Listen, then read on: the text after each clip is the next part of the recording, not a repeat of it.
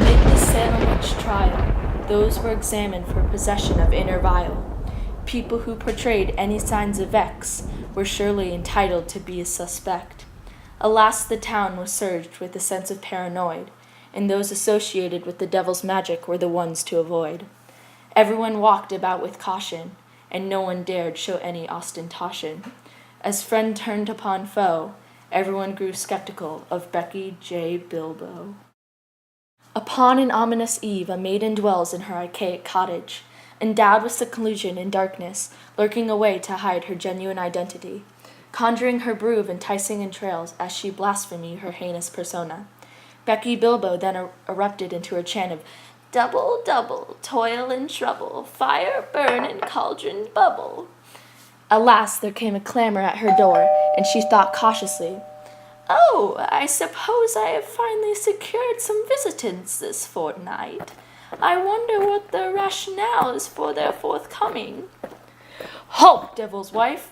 We have come to obscure you from the premises and rid this town of your malevolent endeavors," spoke a frail blacksmith. "Why, husband, would thou accuse me of such absurdity? I am of no familiarity with what you utter." "Seize the beast!" he screamed in a desperate and acrid tone. Thereafter, Becky was transported through the town upon the unsanitary hands of her capturers. The townspeople began their famous mantra of "Sacrifice! Sacrifice! You are the one we accuse tonight!" They arrived at an eerie courthouse that abnormally resembled a haunted abode.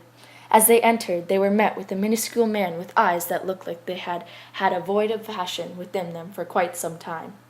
His attention suddenly altered to the mob flooding the building.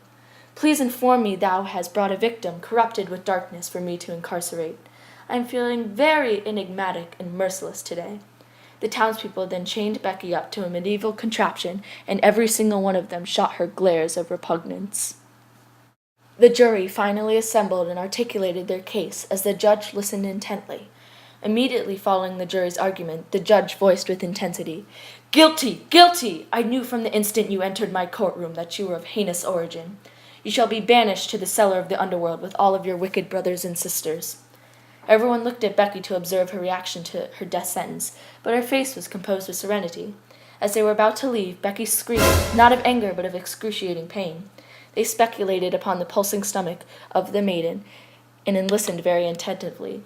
Among the silent room there were 2 additional profound heartbeats, both protruding from Becky's innards. Then a face of a baby ravaged its way into Becky's stomach, as if it was suffocating inside of her. And as abruptly as the pain had come, it had fled, and sitting in front of Becky and the townspeople was what seemed like a typical infant, but it possessed endless red eyes. Just when the townspeople had thought they were finished with the unorthodox sequence of events, the baby started gurgling, and a shape was seen squirming up its neck. The baby opened its mouth, and a worm-like creature emerged, and yelled in a very masculine voice, "It's Chucky!" The town citizens gasped in terror as the demon crawled away into the abyss of the night. They suddenly realized that Becky and her demon baby were not present. She had escaped and was standing in front of the courthouse, preparing to flee from the place of her conviction. The villagers hastily raced through the door, only to see their suspect gallivant farther and farther away through the dark mountains behind the courthouse. They could faintly make out her shouting out through the wind, "Trickery, trickery, how I make them bickery. They accused and I refused, and now I am no longer. If anything, their foolish antics have made my magic even stronger. My babe and I will fly upon the stick to a place of no preposterous lunatic."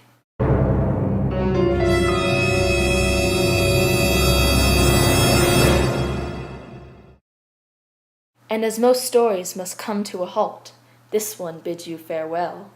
For now.